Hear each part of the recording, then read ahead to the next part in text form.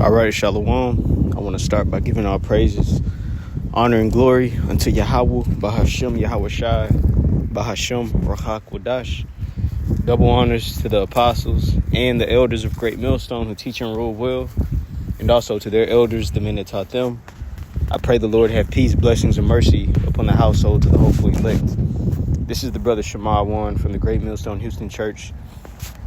And today I want to come with a lesson just touching on pretty much the focus of Jacob and Esau, but primarily hitting the point of how we're in the days of seeing the Lord going to recompense his enemies. Okay. And just thinking about how it says in Psalms, the 83rd chapter. Let's go there real quick. How it mentions that the Lord has enemies, and understanding that these nations that are listed physically, they can't touch, approach, or reach the Lord, right? So why does he call them enemies? As if, they actually do anything to, cause trouble or affliction to the Lord. Well, they don't. They cause trouble, oppression, and affliction to the Lord's children, which are the Israelites. So that's why they're our enemies too. The Lord is dealing with the nation of Israel, and it's an exciting time to be an Israelite, man, because Deuteronomy, the 28th chapter, we experienced all the curses. Okay, and now we're looking forward to the blessings, and understanding before those blessings come, the Lord said he's going to start taking those curses off of us and putting them on our enemies. All right. That's why you see the rate of these other nations. They're on the streets begging. They're brought to a low level, to open shame. Okay. And mind you, some of these, what you might think to be so-called white, Chinese, Arabian, Africans, they might be Israelites. You have to qualify that through the Spirit. You can't just look at somebody and off top know what they are. We're not Yahweh Shai. We don't have that type of spirit. But when you try the Spirit, it gives you more insight on who and what you're dealing with. But thinking about Psalms 83, as I mentioned, let's start at the top. It says, a song or a psalm of Asaph, keep not thou silence. O God, hold not thy peace, and be not still, O God. That was Psalm 83:1. Verse 2, it says, for lo, thine enemies make a tumult, and they that hate thee have lifted up the head. They have taken crafty counsel against thy people, the Israelites, and consulted against thy hidden ones, the Israelites. According to prophecy, the Lord was going to take our heritage away. He was going to turn his back on us due to our disobedience because we transgressed his ways. Okay? And thinking about it,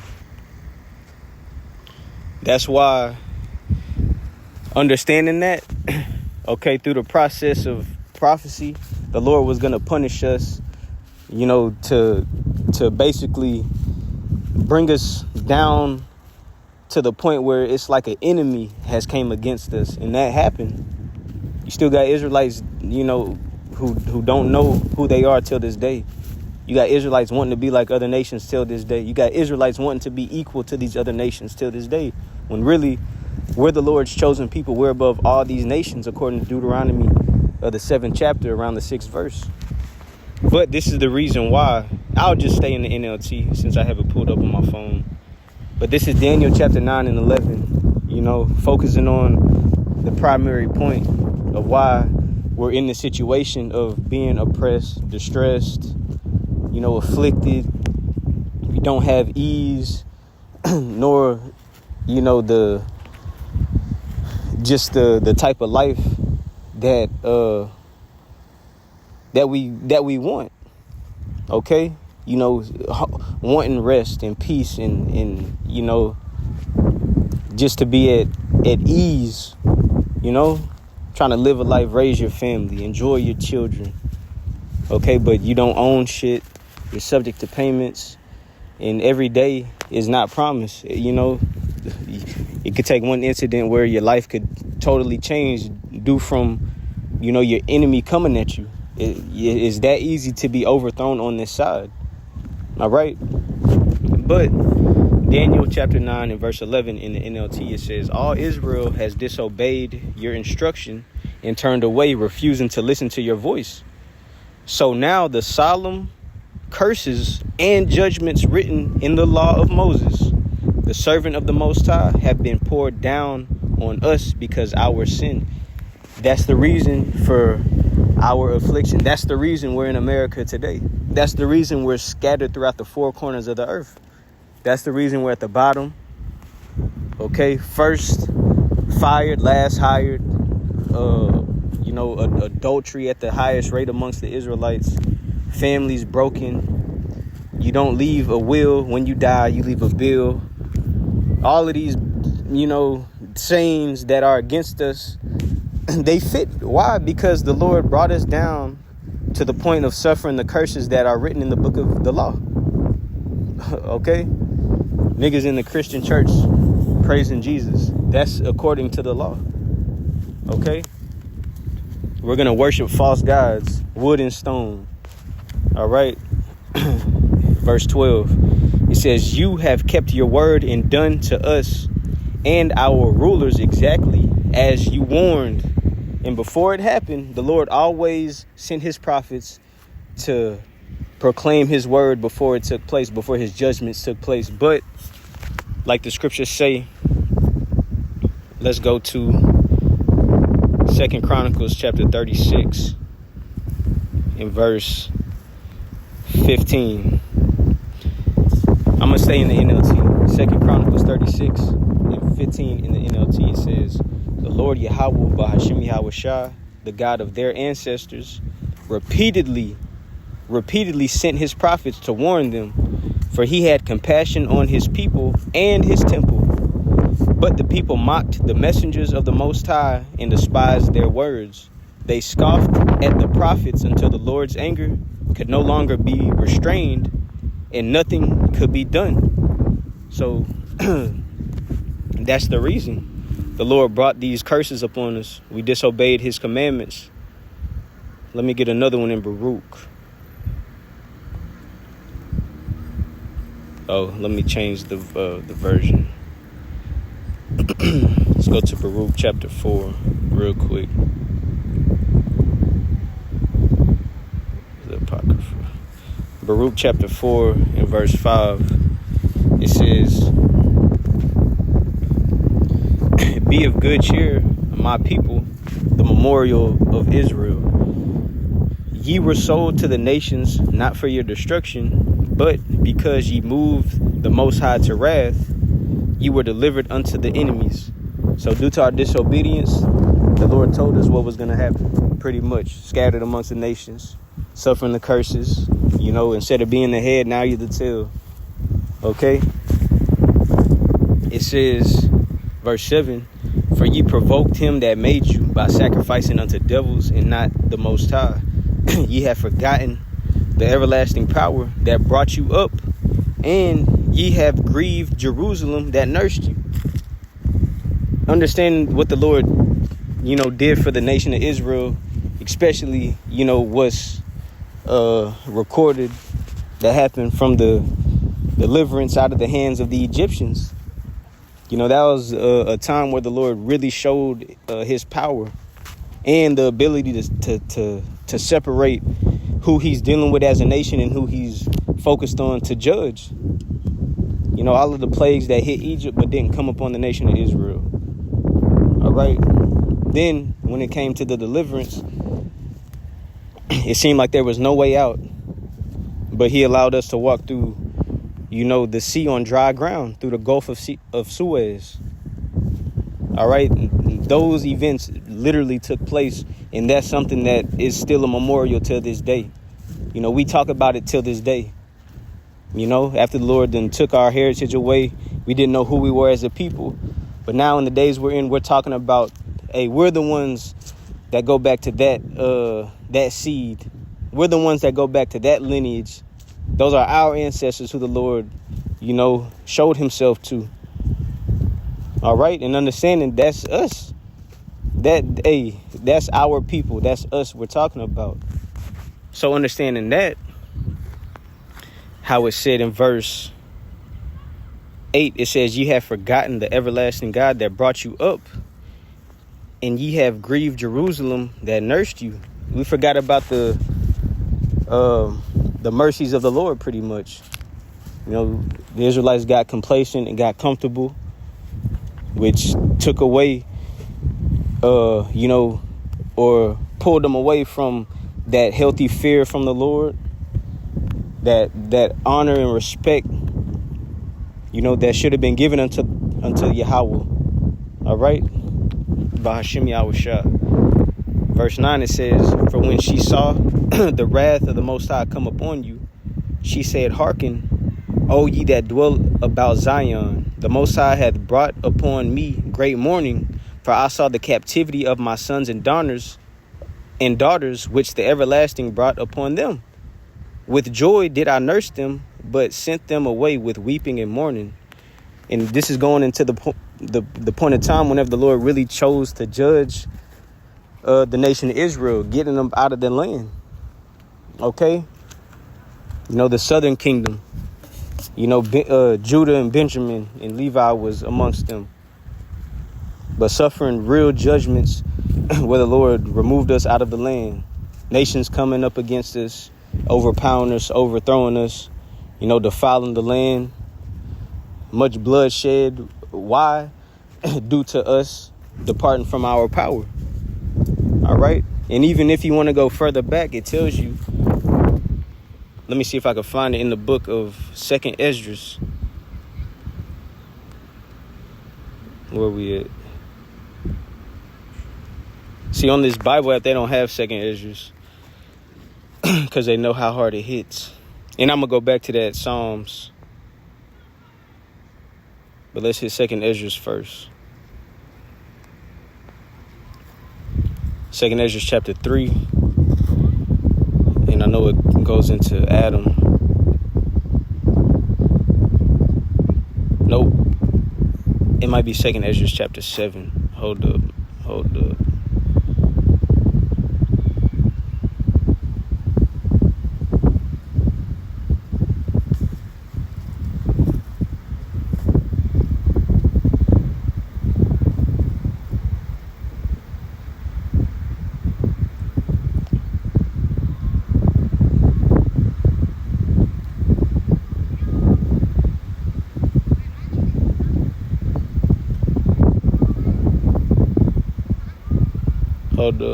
Give me 1 second.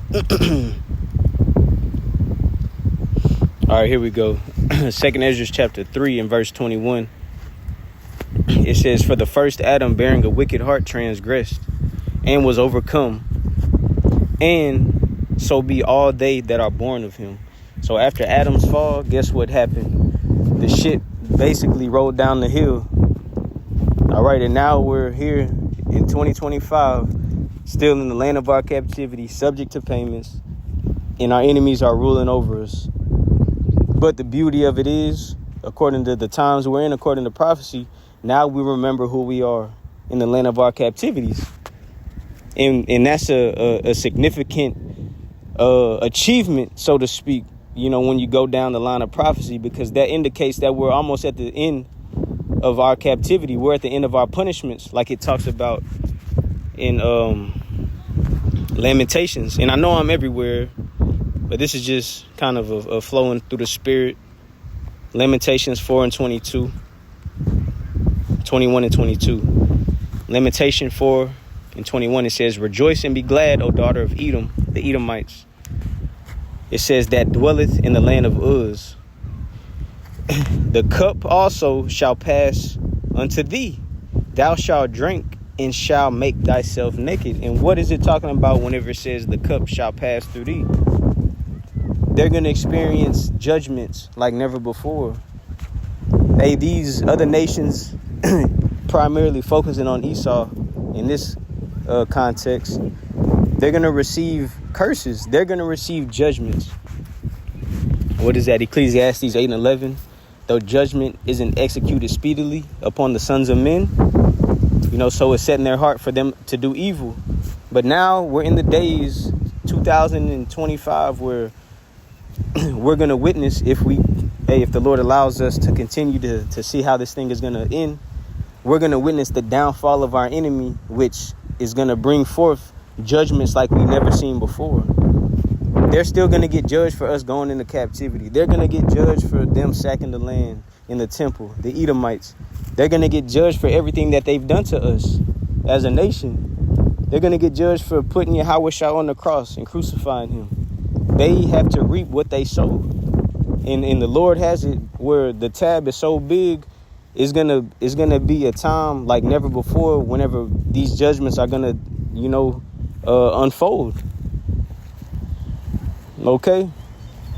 Scriptures we could read about, the horrific things that the Lord did to these nations. We're going to see new things, like it says in Sirach, the 36th chapter. All right? And this is where our hope lies, because we believe in what the Lord says. Okay? We believe in the testimony of the Lord, which is the spirit of prophecy. This is prophetic. All right? The nations are going to receive their judgment. Not going to get away with it.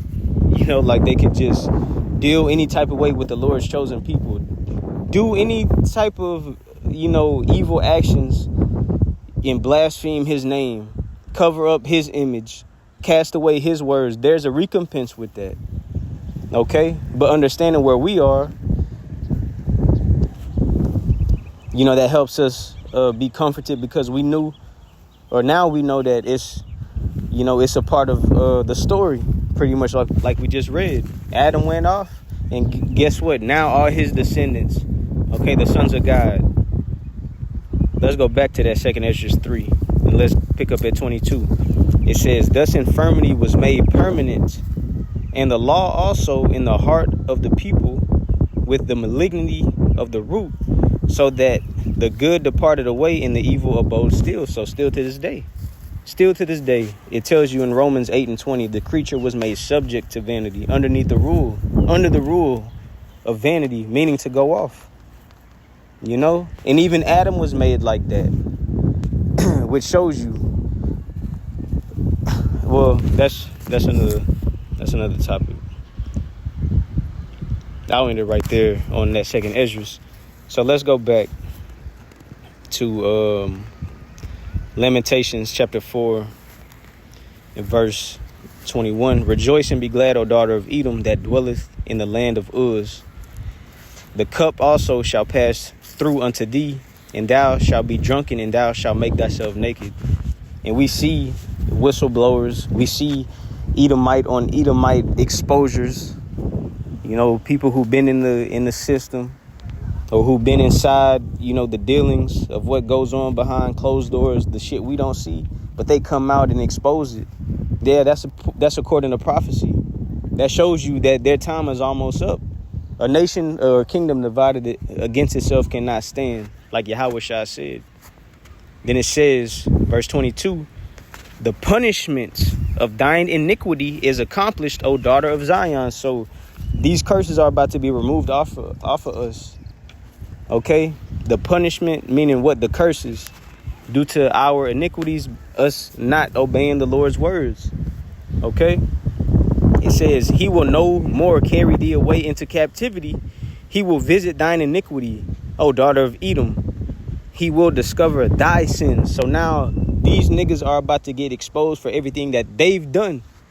And thinking about it too, just in a spiritual sense, 2 Ezra, the 3rd chapter, whenever Ezra was speaking to the Lord, and mind you, in his time, it was pertaining to the Babylonians. But through the Spirit, we're in spiritual Babylon also. This is America, Babylon the Great. But this applies to us today through a spiritual lens. Let's see. 2 Ezra chapter 3 and verse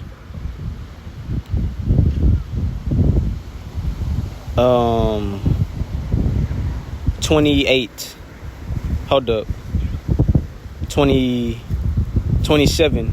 And so thou gavest thy city over into the hands of thine enemies. Are their deeds then any better that inhabit Babylon, that they should therefore have the dominion over Zion? So in these times, through the Spirit, it's like, are these Edomites or are these Americans better than us, where, we should be given into their hands? Right? And mind you, like I said, through context, Ezra was in the time of like 430, 450 BC. So 400 plus years before Yahushua came on the scene. Okay? Like I said, just extrapolating it through the Spirit, which it applies to this day. Like it says in Revelation 11, it mentions a place called spiritual Sodom and spiritual Egypt. So in this sense, this is also literally Babylon the Great, but through the Spirit, the same things are taking place where the Edomites are ruling over us.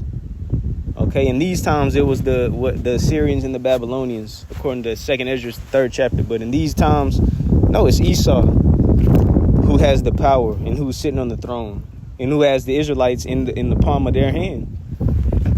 All right, but it says, verse 28, are their deeds then any better that inhabit Babylon, that they should therefore have the dominion over Zion?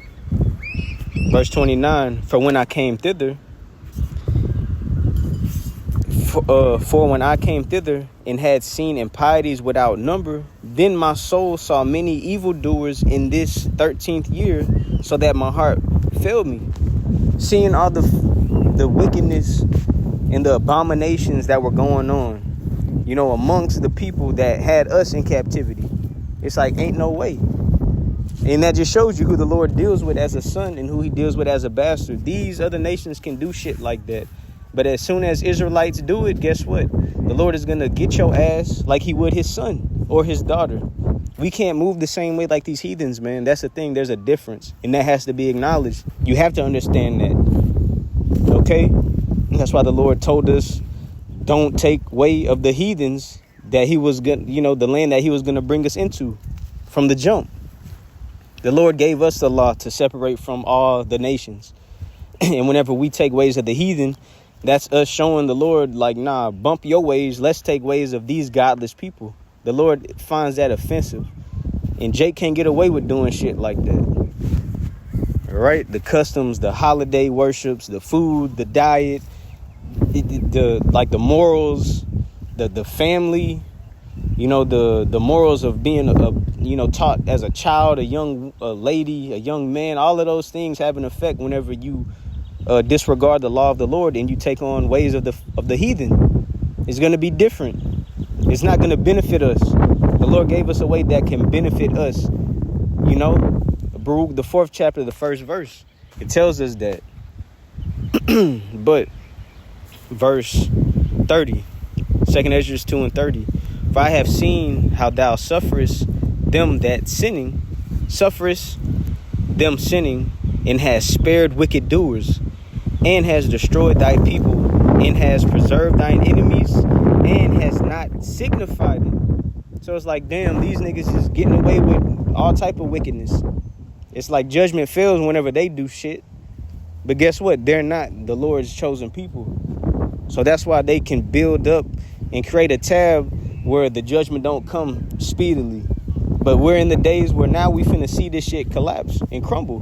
They got a tab that reach unto the heavens. What type of judgment do you think is going to come from that? So much where the Lord is going to send his son. Then after that, missiles. Or missiles, then his son. When Yahushua come back, it's a wrap. That's the worst judgment anybody want to really fucking deal with if you not on the side of the Lord, man. Isaiah the 34th chapter. Yahushua is coming with vengeance, where his anger and fury is going to uphold himself, where he don't need no help, man. All right. These nations, our enemies, have to pay for everything that they've done in the past. And regardless if it's been 100 years, 1,000 years, they're going to have to pay. No such thing as getting away with anything when it comes to the Lord. All right. And especially what verifies it, we're reading it, prophecy. There ain't no escape. Verse 32. Verse 31, it says, I do not remember how this way may be left. Are they then of Babylon better than they of Zion? The answer is hell no. The Lord told us we're a special people, peculiar people, different from any other nation. Verse 32, or is there any other people that knowest thee beside Israel? Or what generation hath so believed thy covenants as Jacob? Verse 33, that wind is picking up outside too. So Salakia, if it's hard to hear, it says, and yet their reward appeareth not, and their labor hath no fruit. It's like, damn, the Israelites don't get the benefits like that. Whenever we do the good, it doesn't show right then and there. All right. That's the reason, or that's the point of why we gotta endure, and we gotta endure long suffering and patience, but still maintain our integrity and possess our souls. All right, because the later is gonna be greater than how it is at the beginning of the thing. All right, just thinking about it, what's coming at the end, like the kingdom that's promised, the promises that were promised unto Abraham, Isaac, and Jacob. It's coming soon, man. And we're at the end of this. We're at the end of the age of Esau. Where after him, Jacob is next in line. 2nd Ezra 6 and 9. The end of Esau, or the end of the world. How does it say? Esau is the end of the world, and Jacob is the beginning of it that followeth. Yep. But verse 33. 2nd Ezra 3 and 30. And yet their reward appeareth not, and their labor hath no fruit. For I have gone here and there through the heathen, and I see that they flow in wealth and think not upon thy commandments. So like, damn, the Israelites don't get profited nothing. It's not a big profit and a benefit, compared unto these devils who forsake your ways. We know the commandments of the Lord. They don't. And look how they live. Ezra was really bothered by these things, but it's all according to prophecy. All right. So it says, verse 34, weigh thou therefore our wickedness now in the balance, and theirs also that dwell in the world. Then it says, and so shall thy name nowhere be found but in Israel. Or when was it that they which dwell upon the earth have not sinned in thy sight? Or what people have so kept thy commandments? Thou shalt find that Israel by name hath kept thy precepts, but not the heathen. So it's a difference. But still, the Lord allowed these things to happen because of what? Our transgressions, our iniquities. Okay, because it was the time of our iniquities, to be in action, not accomplished. We're in the days of it being, at the end. So going back to Lamentation 4 and 22, the punishment of thine iniquity is accomplished, O daughter of Zion. These curses are about to get removed. He will no more carry thee away into captivity. He will visit the iniquity, O daughter. He will visit thine iniquity, O daughter of Edom. He will discover thy sins. So now they're about to get judged for everything that they've done. And something that they got to pay for. Let's go back to Psalms. Didn't forget about that. Psalms 83.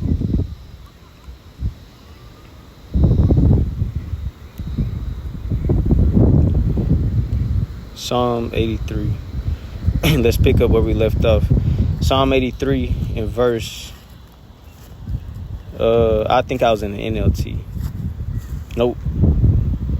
I'll read the KJV. Psalm 83 and 1. I'll just start at the top again. It says, keep not thou silence, O God, hold not thy peace, and be not still, O God.